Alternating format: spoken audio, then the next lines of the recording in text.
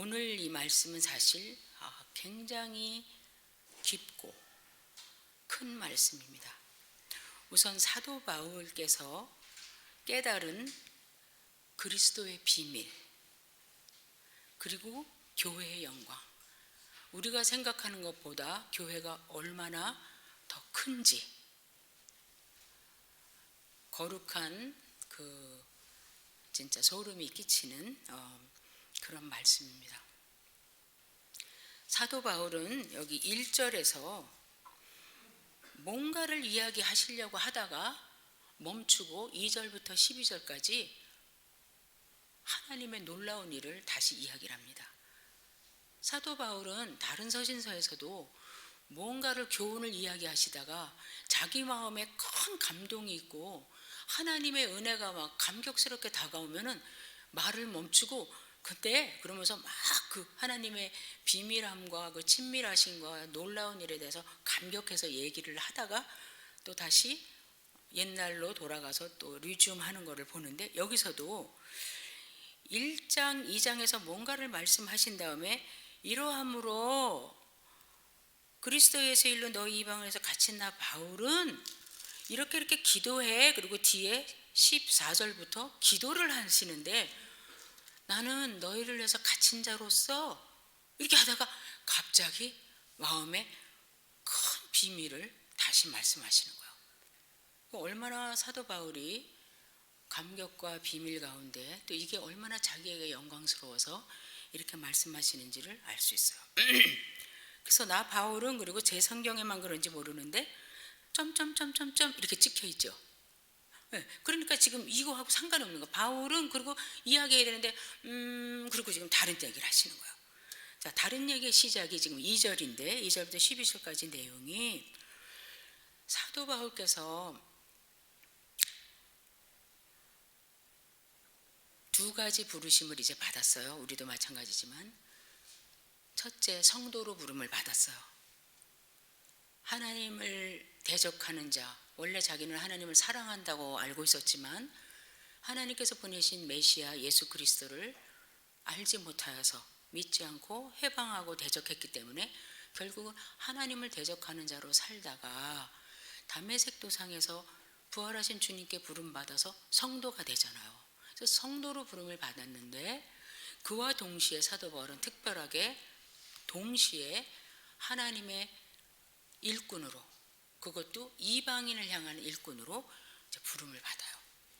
부름을 받는데 저도 이 말씀을 준비하기 전까지는 그래 특별한 은혜를 받았지만 그래도 다른 사도들은 유대인에게 가고 또 사도 바울은 이방인에게 가고 함께 세계 선교를 다 감당하는 거지 이렇게 생각했는데, 사도 바울이 깨달은 바는 그거보다 훨씬 더 컸어요.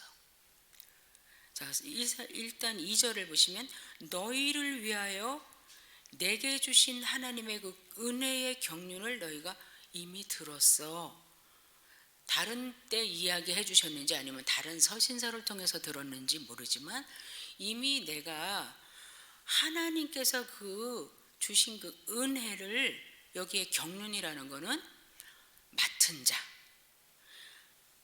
너희를 위하여, 이방인을 위해서 내게 주신 하나님의 그 은혜의 스튜어십, 청지기, 관리, 내가 하나님의 청지기로 관리인으로 부름받은 것을 너희가 이미 들었다. 그럼 뭐 하는 관리인이냐? 이방인 너희들에게 하나님의 은혜를 나타내 주는 거다. 그거 이미 들었잖아. 근데 이거 그냥 알게 된 것이 아니야. 계시로 알게 됐어. 계시라는 것은 뭐예요? 계시다 아니면은 미스테리다, 신비다 하는 거는 하나님께서 알려주시지 않으면 인간의 이성과 인간의 노력으로 아무도 알 수 없는 게 계시예요.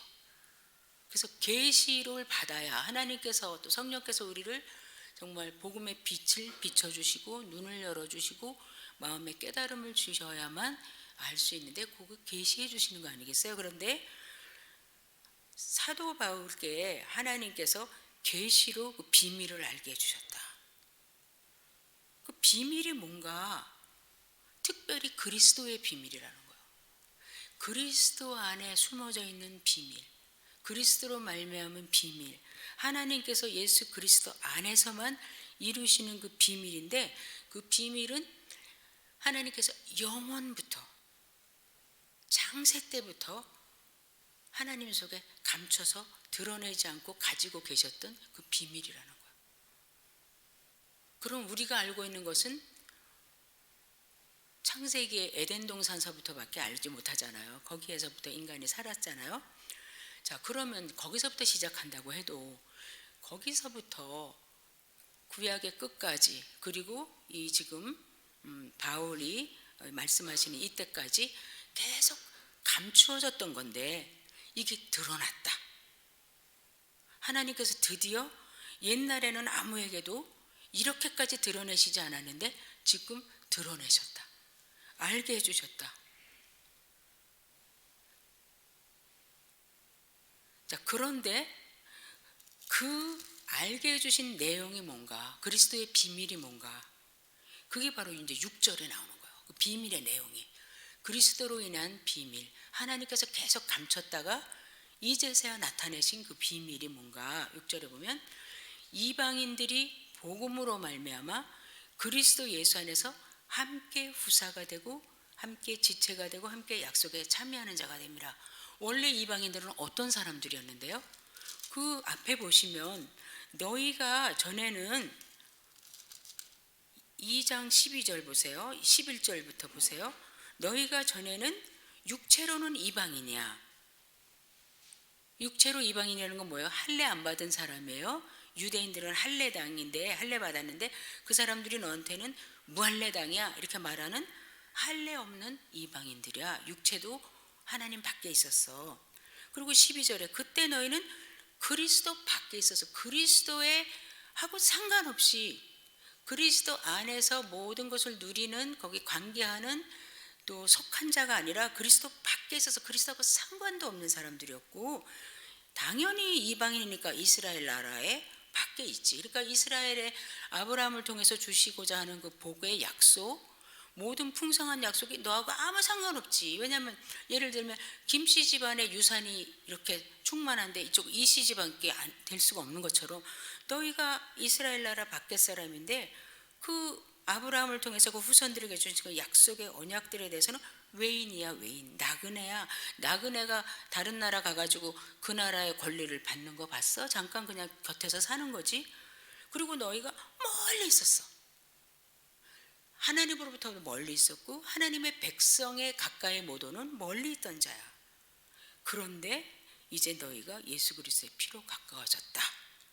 그래서 지금 이제 그 2장 6절에 보면 하나님께서 감췄다가 이제 비밀로 마지막 세대에 기쁘게 드러내기를 원하시는 그 그리스도 안에서의 신비. 그리스도의 신비라 하면 왜 그리스도의 신비일까요? 그리스도 예수님께서 이 땅에 인간의 몸을 입고 오셨기 때문에 이게 다 해결되는 문제들이잖아요.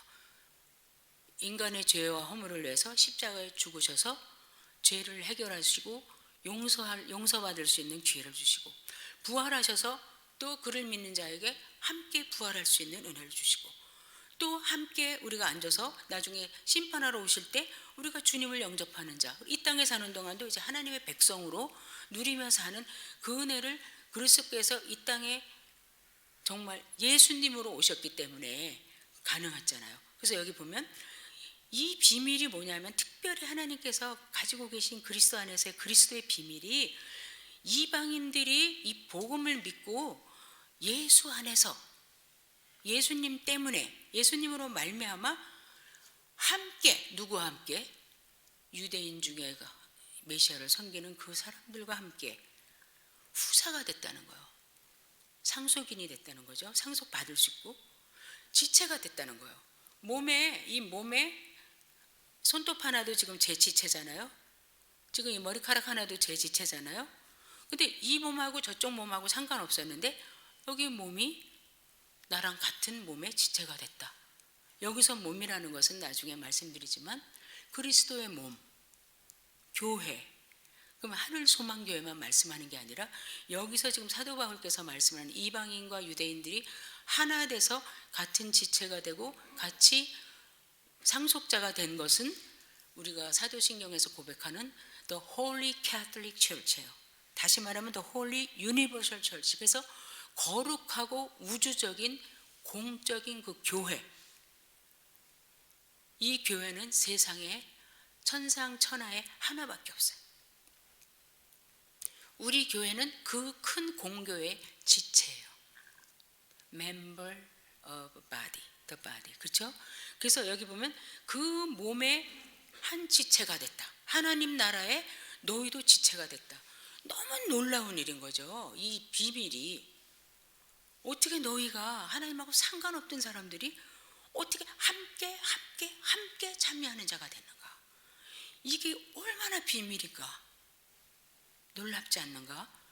근데 사도 바울이 이 비밀도 놀랍지만 사도 바울이 더 감격하는 것은 뭐냐면 하나님께서 영원부터 갖고 계신 그 영원한 일을 드러내시고 이루실 때 그 성취를 위해서 누구를 부르셨냐면 사도 바울을 부르셨다는 거예요. 그게 바울에게는 너무너무 감격스러워서 정말 만입이 있어도 표현을 할 수 없는 그 직분인 거예요.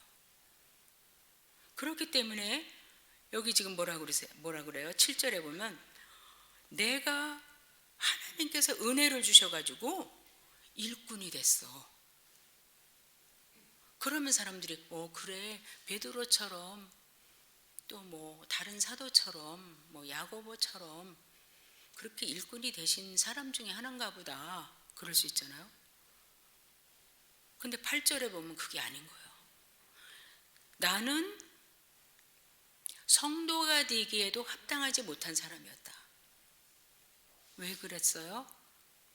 디모데전서 1장에도 보면 디모데에게 그 말씀하잖아요. 나는 해방자요, 전에 핍박자요, 박해자요, 가장 작은 자다. 하나님의 은혜를 받을 만한 자도 아니다. 여기서도 또 말씀이다. 8절에 보면은 모든 사도들 중에 지극히 작은 자보다 더 작은 나 이렇게 말씀 안 하시고 이 대사도께서 지금 하나님의 감췄던 그 비밀이 딱 몇천 년 만에 열리면서 정말 영원부터 있던 것이 열리면서 이 중심에 지금 사도 바울이 딱 하나님의 일을 이루는 주인공으로 세워졌는데 사도 바울은 여기서 뭐라냐면 나는 성도들 중에도 가장 작은 자보다도 더 작은 자다. 여기 보면서 제가 하나님의 은혜를 엄청나게 받는 사람은 이 자세가 나오는구나. 섣불리 받으면 그래 이런데 나를 하나님이 이렇게 써주셨단 말이야. 근데 아무리 읽어도 그 태도는 안 나오는 거야. 그런데 자기의 그 직분을 보면 너무 영광스러운 거야. 어떻게 감추었던 비밀을 저 훌륭한 사도들도 많고 또 다른 선지자들도 많은데 하필 어떻게 나야? 이렇게 해방하던 자인데 내가 얼마나 하나님을 대적하던 자인데 만삭되지 못한 자 같은 자인데 죄인 중에 괴수인데 구원해 주신 것도 감사한데 어떻게 일꾼이야? 어떻게 하나님의 비밀을 그리스도의 비밀을 계시로 나한테 알려주실까? 그리고 내가 알려주셨다고 해도 내 안에 성령께서 깨닫게 못 해주시면 안 해주시면 깨달을 수 없는데 어떻게 내가 이걸 깨달아서 이 직분을 영광스러움을 알 수 있을까? 이게 너무너무 사도 바울에게는 감동인 거예요. 그래서 8절에 보면 모든 성도 중에 지극히 작은 자보다 더 작은 나에게 이 은혜를 주신 것은 이 은혜가 뭐예요?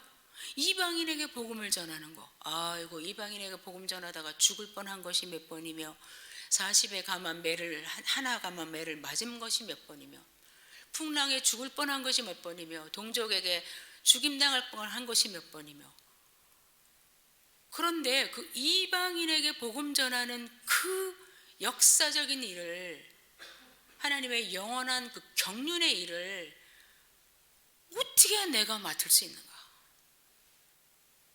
사도 바울은 성도로 부름받은 거의 영광과 자기가 이방인의 사도로 부름받은 그 영광을 이루다 말할 수가 없는 거예요. 그래서 이제 나중에 보면 이 에베소 교인들이 자기들을 비롯한 이방인들에게 복음을 전하다가 지금 사도 바울이 로마 감옥에 갇혀 있잖아요. 에베소서는 옥중서신이잖아요.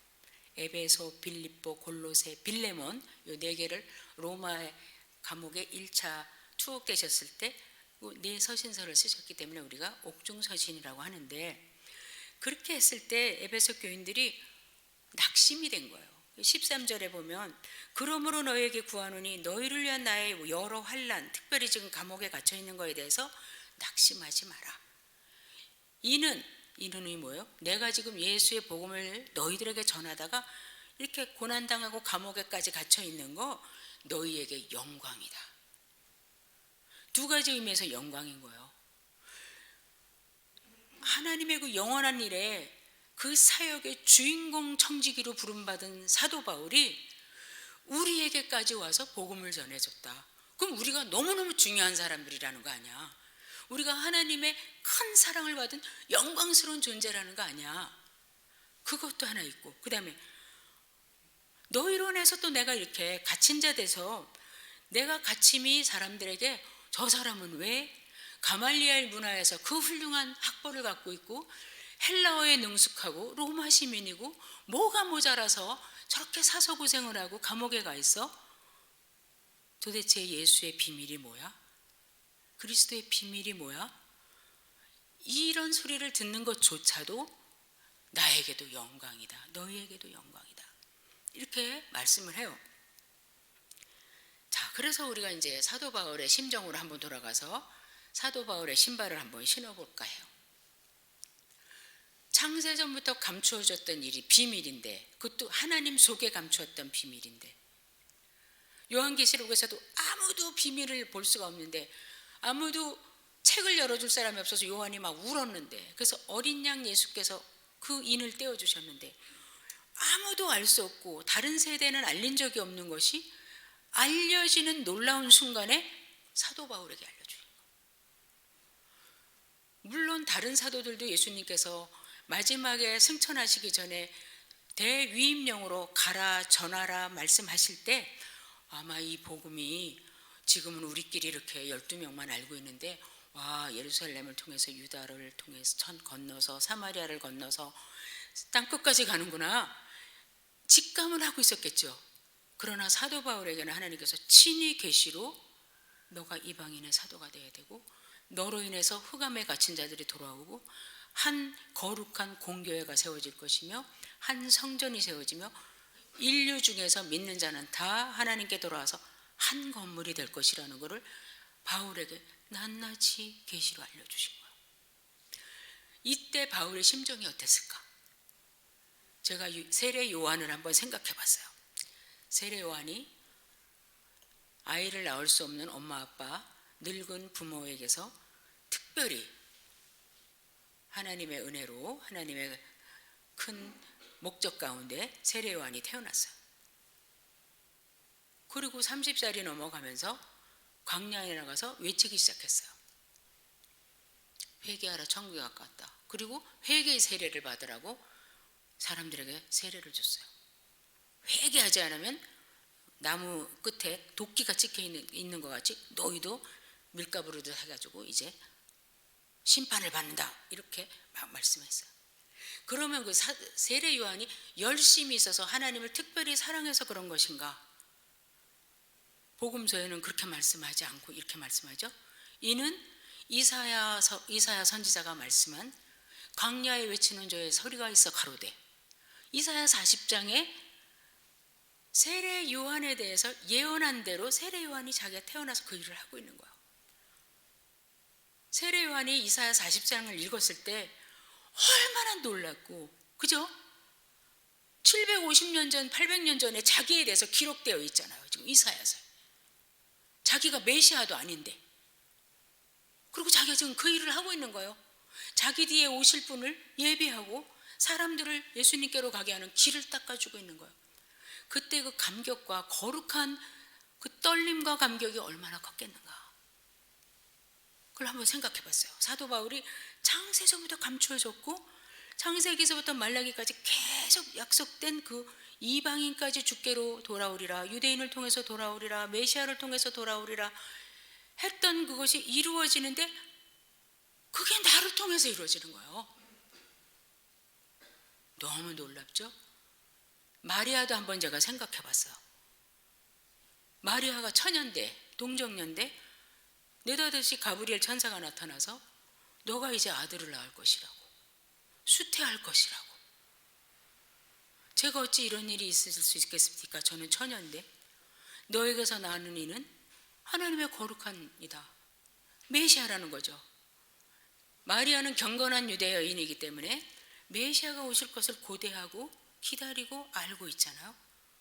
근데 오신다는 것만 들어도 너무 감격적인데 그 메시아가 자기의 태를 통해서 온다는 거예요.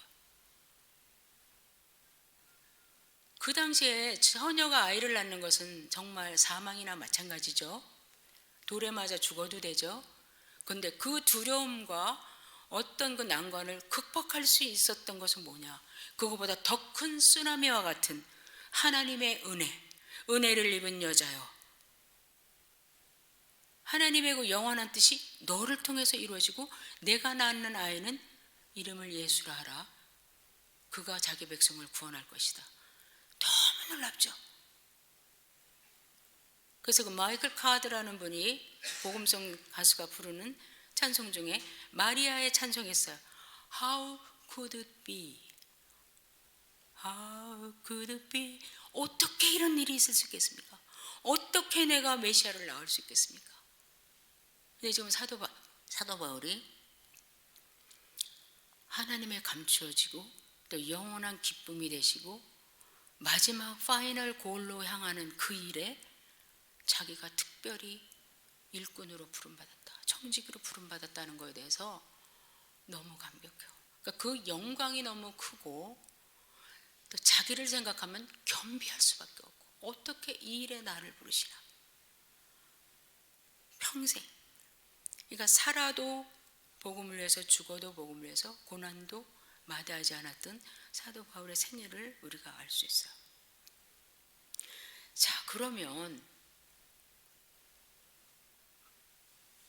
이렇게 사도 바울을 통해서 이방인과 유대인이 하나 돼서 하나님을 섬기는 한 공교회로 부르시는데 그걸로 끝이 아닌 거예요. 이제부터가 중요한 거예요.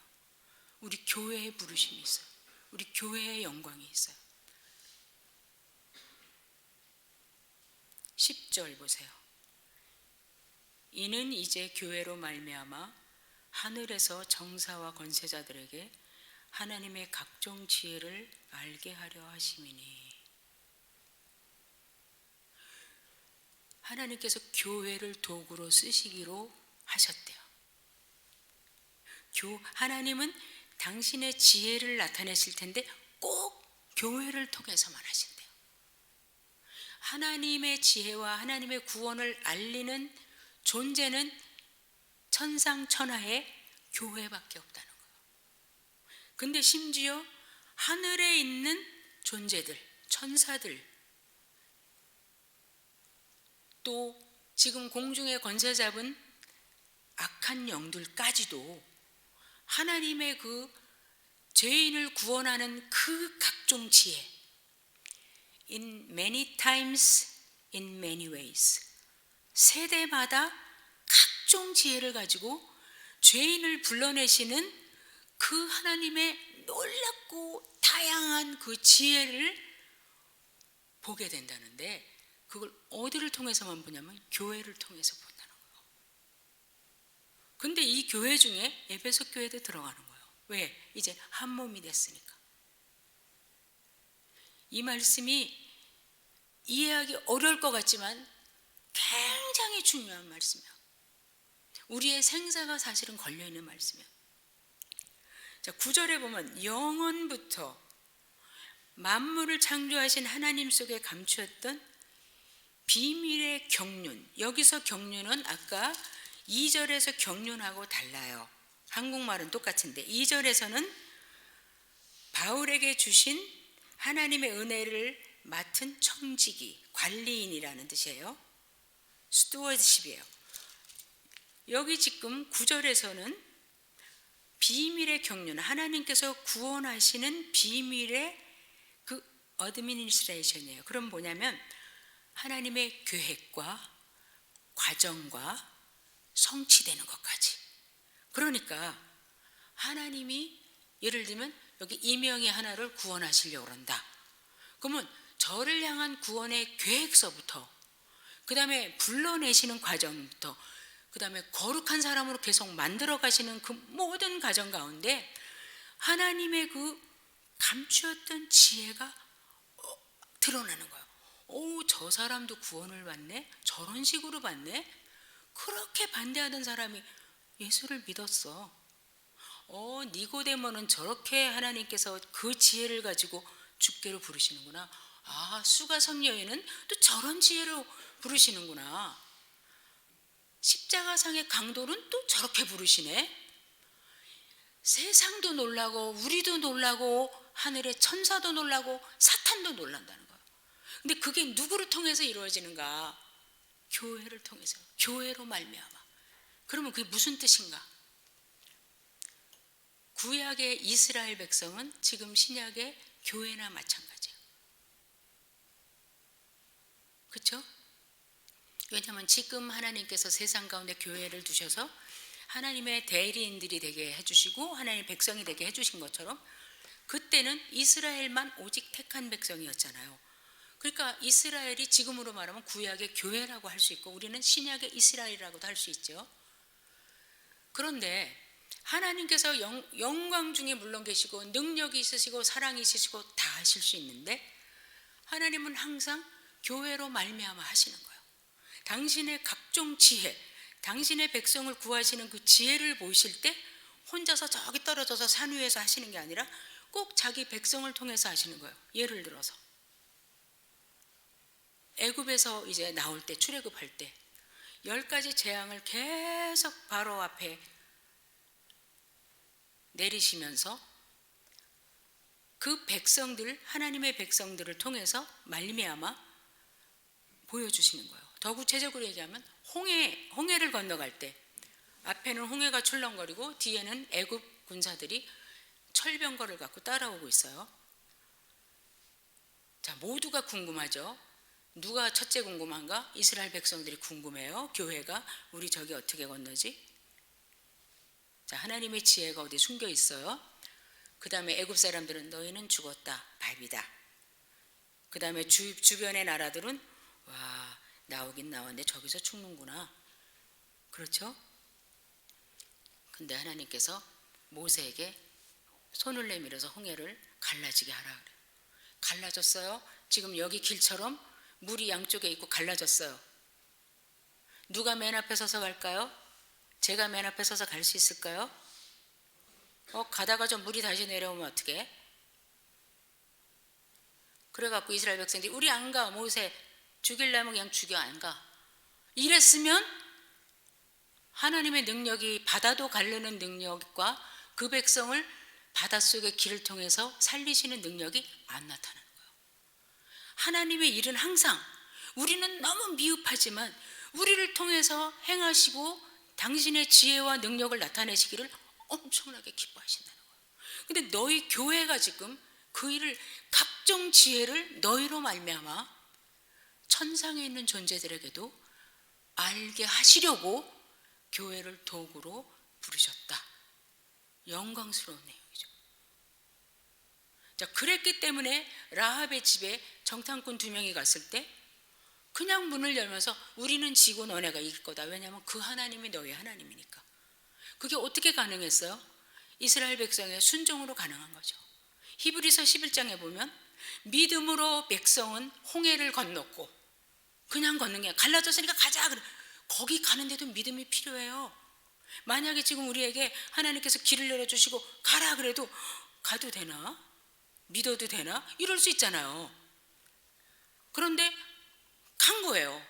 그래서 히브리 기자는 그걸 가지고 믿음으로 이 백성들이 홍해를 건넜다.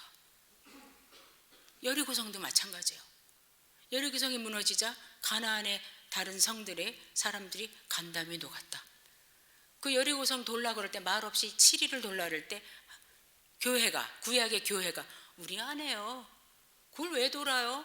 하나님 그 홍해를 갈라주신 것을 그냥 갈르시면 되지. 뭐 우리들은 굳이 돌라 그래요? 이렇게 교회가 안 했으면 또 하나님의 능력이 안 나타나는 거예요.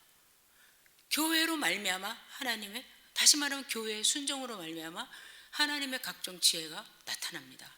자, 그런데 여기에 천사들이 굉장히 궁금해해요. 죄인이 구원, 천사들은 죄진 천사는 사탄과 함께 떨어졌고 하늘에 있는 천사들은 죄를 안 졌거든요. 그리고 그 천사들이라는 존재들은 구원받는 존재는 아니잖아요. 근데 자기들이 섬기고 있는 그 대주제 하나님께서 인간에게 관심이 너무 많으세요. 자기들이 볼 때는 정말 하잘 것 없고 약하고 죄악으로 가득 차고, 그런데 하나님의 관심은 오직 자기 백성에게 가 있고 죄를 구해가지고 여기 이 나라로 오게 해야지 하는 하나님의 관심을 봐요. 그럼 저것이 어떻게 이루어질까? 베드로서 1장 12절에 보면 천사들도 이것이 어떻게 이루어지는가 자세히 살펴본다 그랬어요. 누가복음 15장에 보면 죄인 하나가 이같이 회개하고 돌아오면 하늘에서 사자들이 기뻐한다. 누구예요? 천사들이 기뻐한다는 거예요. 죄인이 구원받을 때 와, 하나님은 저렇게 구원하시는, 삭개오를 저렇게 구원하시는구나. 니고데모는 또 저렇게 구원하시, 이야, 결국은 구원해내시는구나. 놀랍다 그 지혜요. 천사들이 이렇게 하나님의 지혜를 알게 되는데 그것이 하나님의 기쁘신 뜻이라는 거예요. 만물 중에, 피조물 중에 이성을 갖고 있는 모든 존재들에게는 하나님께서 자기의 어떠하심을 드러내고 특별히 죄인들을 구원하시는 하나님의 그 놀라운 지혜와 사랑과 능력을 드러내시길 원하시는데 이 일은 아무도 할 수 없고 교회만 할 수 있다. 교회, 성도의 무리들만 할 수 있다. 그러면 전도를 통해서 사람들이 구원받는데 사도 바울께서도 그분조차도 이렇게 말씀하세요. 하나님께서 사람을 구원하실 때 전도에 미련한 것으로 하신다. 얼마나 미련해요? 근데 그게 하나님의 지혜라는 거예요. 그러면서 하나님의 미련함이 세상의 지혜, 가장 지혜로운 보다 훨씬 지혜가 없다. 우리는 이런 하나님을 모시고 있고 이 하나님에 의해서 우리가 구원을 받은 거예요. 예를 들면 우리 양망소에서는 어떻게 주님 앞에 오셨는지 모르지만 저 같은 고집쟁이는 하나님께서 어떻게 구원하실까? 그럴 때 하나님께서 또 구원하시는 방법이 따로 있더라고요. 그럼 저 자신도 놀랍죠. 야, 어떻게 그 타임에 이렇게 부르셨을까? 저를. 또 저 사람은 저렇게 부르시는구나. 자, 그래서 이것을 이제 너희들을 통해서 알게 해주신다. 이것이 교회의 부르심이고 영광이다. 그러면 우리는 이제 다 알아요. 교회가 건물이 아니라는 거, 교회는 믿는 자의 무리라는 거, 그룹이라는 거 우리가 다 알잖아요. 그럼 교회를 통해서 하신다는 건 다시 말하면 뭐예요? 우리들을 통해서 하신다는 거예요. 그래서 이방인이 유대인에게로 같이 합쳐진 거는 너무 놀라운 일이에요. 왜냐하면 이제 같은 지체가 됐어요. 창세기에 보면 남자가 부모를 떠나서 여자와 한 몸이 될 거다 이렇게 말씀해요. 근데 에베소서에 보면 이방인이 그 이방 세계를, 에베소서의 성도들 이방 세계를 떠나서 유대인 성도들과 합쳐서 하나가 돼요. 원 뉴 맨을 만드신대요. 어떻게 두 사람이 합쳤는데 하나가 돼요? 어떻게 남자와 여자가 분명히 두 사람인데 어떻게 한 몸이 돼요?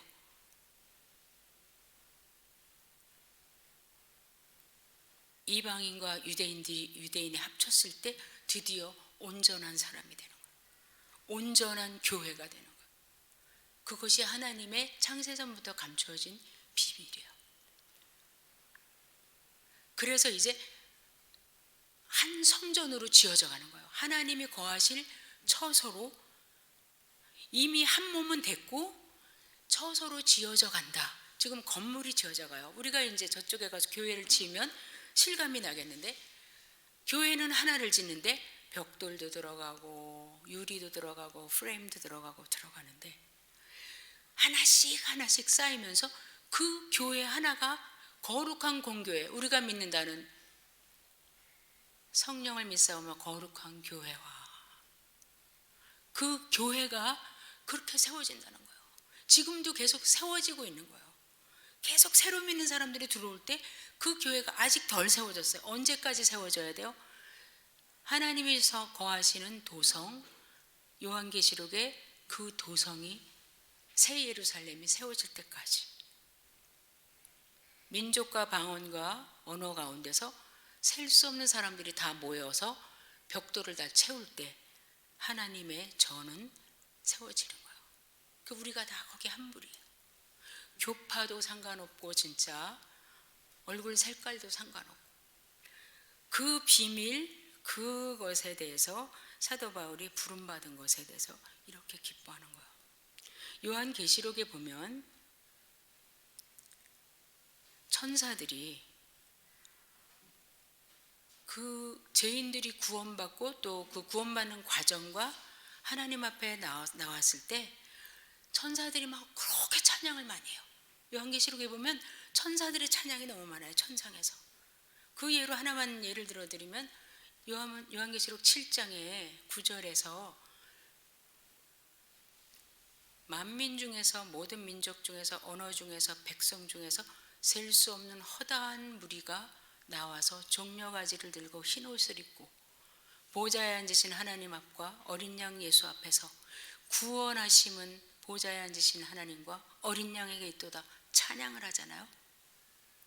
그 소리를 들었을 때 천사들이 엎드려서 그렇습니다, 찬송과 경배, 찬송과 지혜와 능력과 영광과 7가지를 말하면서 주께만 있습니다. 천사들은 이 정말 죄인들이 구원받고 마지막 날에 하나님의 나라가 완성되는 모습을 볼 때 너무너무 기뻐요. 근데 그들에게 하나님의 지혜를 알려주는 존재가 바로 우리들이라는 거예요. 자, 아까 사도 바울이 2가지 부르심을 받았잖아요. 성도로서 부름을 받고 이제 증인으로 부름을 받았잖아요. 그리고 우리 교회도 마찬가지예요. 첫 번째 부름은 복음의 수혜자로서 부름을 받았어요.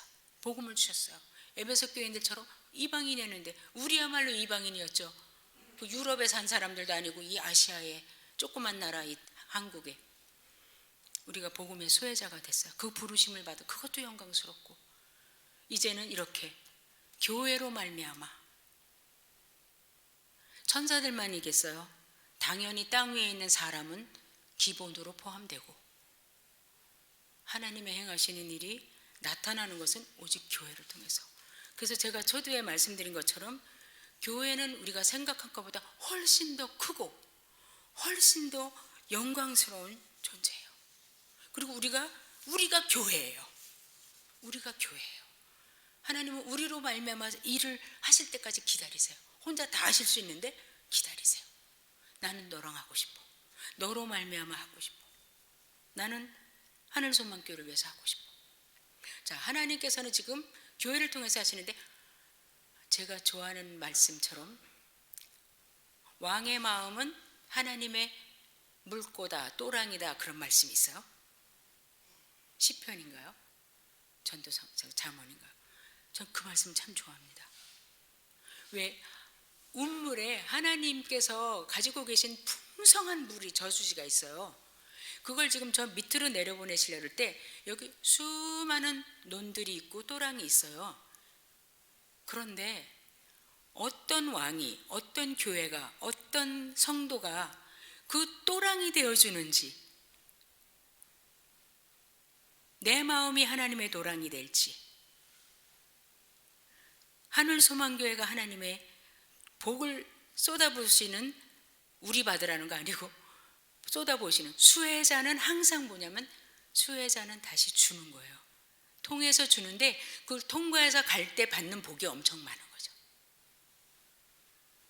전에도 목사님 말씀하셨고 또 요새 많이들 알고 있지만 배워서 남주자, 벌어서 남주자, 복받아서 남한테 통로되자. 이게 이제 우리 교회가 끝까지 해야 되는 일이고 영광의 부르심이죠. 랄프 윈터라는 그 선교학자가 이런 말씀했는데 이것만 읽어드리고 제가 마치겠습니다. 일생 동안 노력을 해서 다 이룰 수 있는 작은 일을 하는 거에 만족하지 말고, 이것도 굉장히 중요하잖아요. 요새 한 사람이 한 직업을 갖는 게 힘든 지금 시대인데 일생 동안 내가 한 길을 계속 가서 나는 평생 이 길을 달려왔어.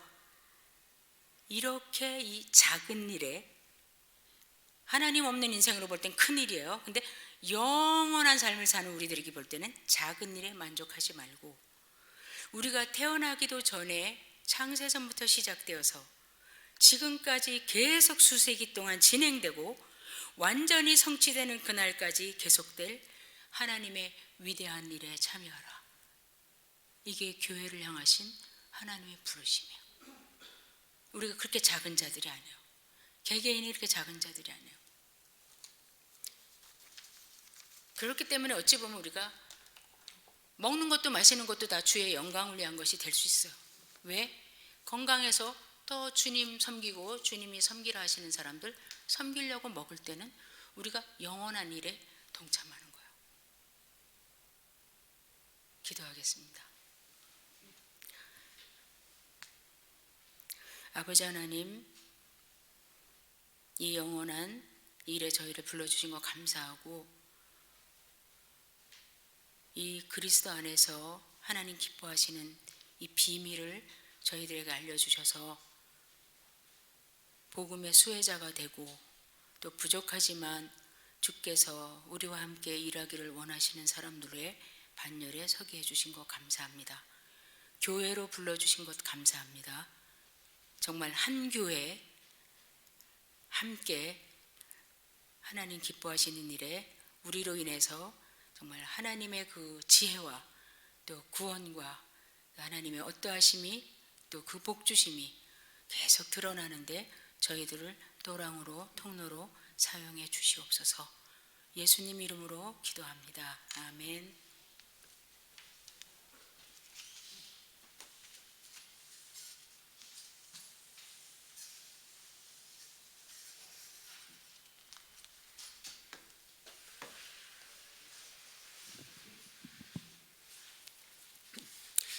찬송가 255장 찬양하시도록 하겠습니다.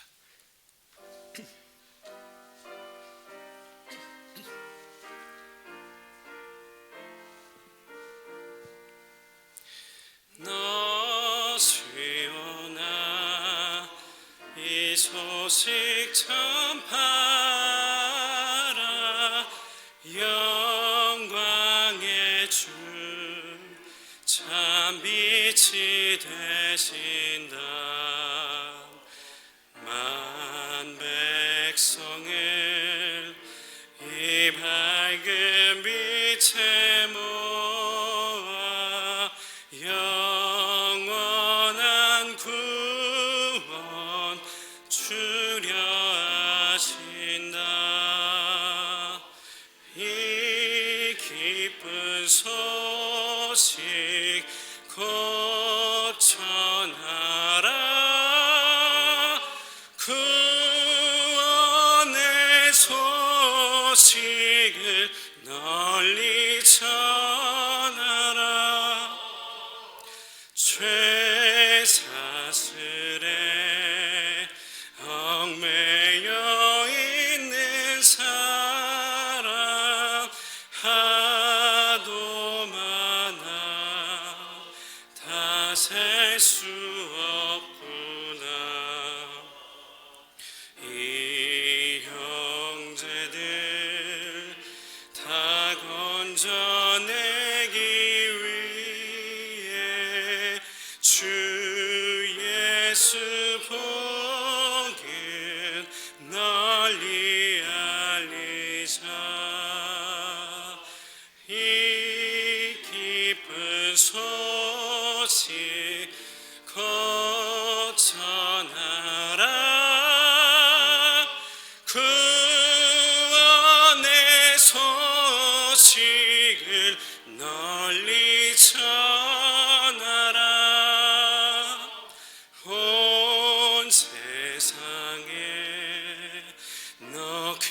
크게 외치어라.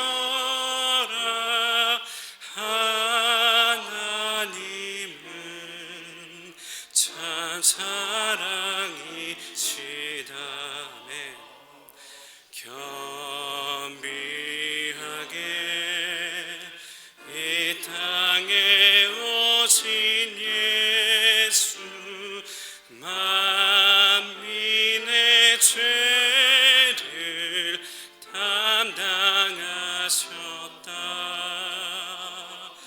이 기쁜 소식 곧 전하라. 구원의 소식을 널리 전하라. 내 자녀도 이 복음 전파하라. 늘 기도와 온 재물 드려서 이 복음을 너임서 전파하면 영광의 상을 내가 받으리. 이 기쁜 소식 곧 전하라. 구원의 소식을 널리 전하라. 아멘.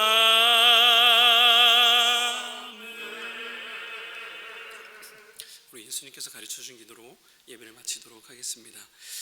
하늘에 계신 우리 아버지여, 이름이 거룩히 여김을 받으시오며 나라의 임하옵시며 뜻이 하늘에서 이룬 것 같이 땅에서도 이루어지이다.